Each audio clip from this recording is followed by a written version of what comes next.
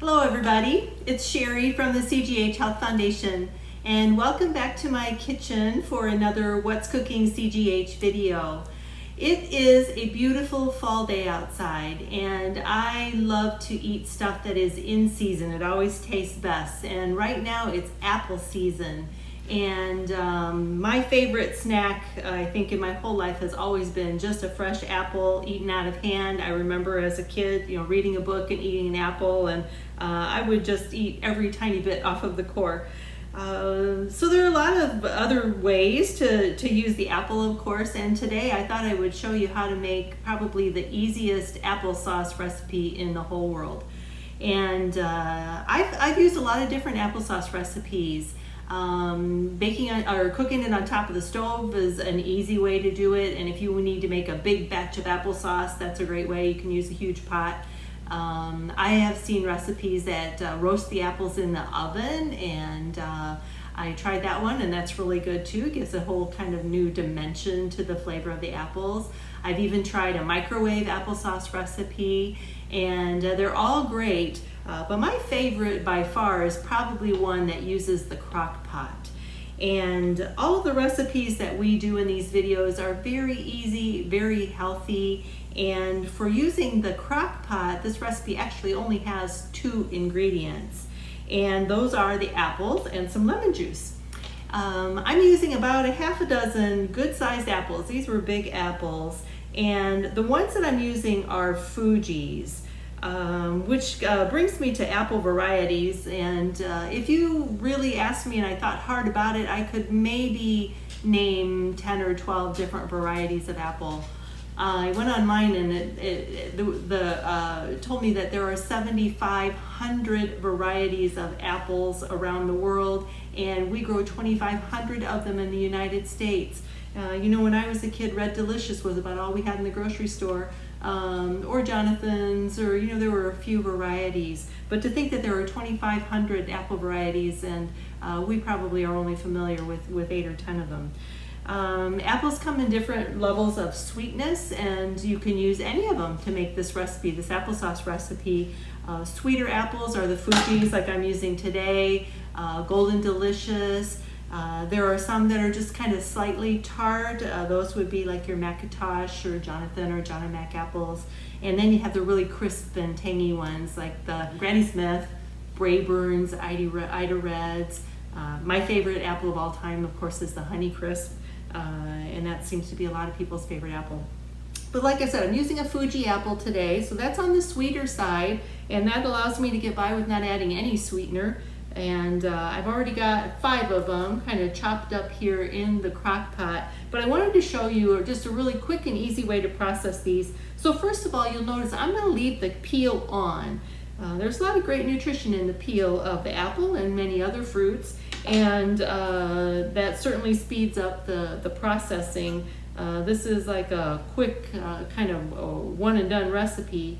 And what I'm going to do is, first of all, kind of just outside of the stem side, I'm going to cut off one cheek of the apple and lay it down so it's flat, and then lay the apple down so it's flat here. And that allows me to have a real stable surface. So I'm going to just cut off each cheek and get it flat. And then the last one on that side, and that went that quickly. So I've got the whole apple ready to go, and I'm going to cut it into chunks that are probably under an inch. They don't have to be exact, and you can just throw it right in the crock pot. Of course, I washed my apples, and you should wash all of your produce when you're bringing it home. I don't know if you've ever spent any time in the produce department kind of just standing there and watching. But I know I do it. I pick up several pieces of fruit before I commit to one, and everybody else kind of does that too, so you don't know who's touched it. So I make sure I wash all my produce when it comes home. So there it went. Got the apple in there. And the second thing I'm going to put in is just the juice of the lemon. I've got a good sized batch. If it was a smaller batch, I would maybe just use half the lemon. And I'm going to use my trusty juicer here. Squeeze it in. And one more. And the lemon juice, especially with these sweet apples, it's going to add a little bit of tart. But the other thing that it does, it's going to keep your applesauce from turning brown. That lemon juice in there helps to do that. Give it all a little stir just to get the lemon juice spread out. And since I'm using the crock pot, I don't have to add any additional liquid or anything like that.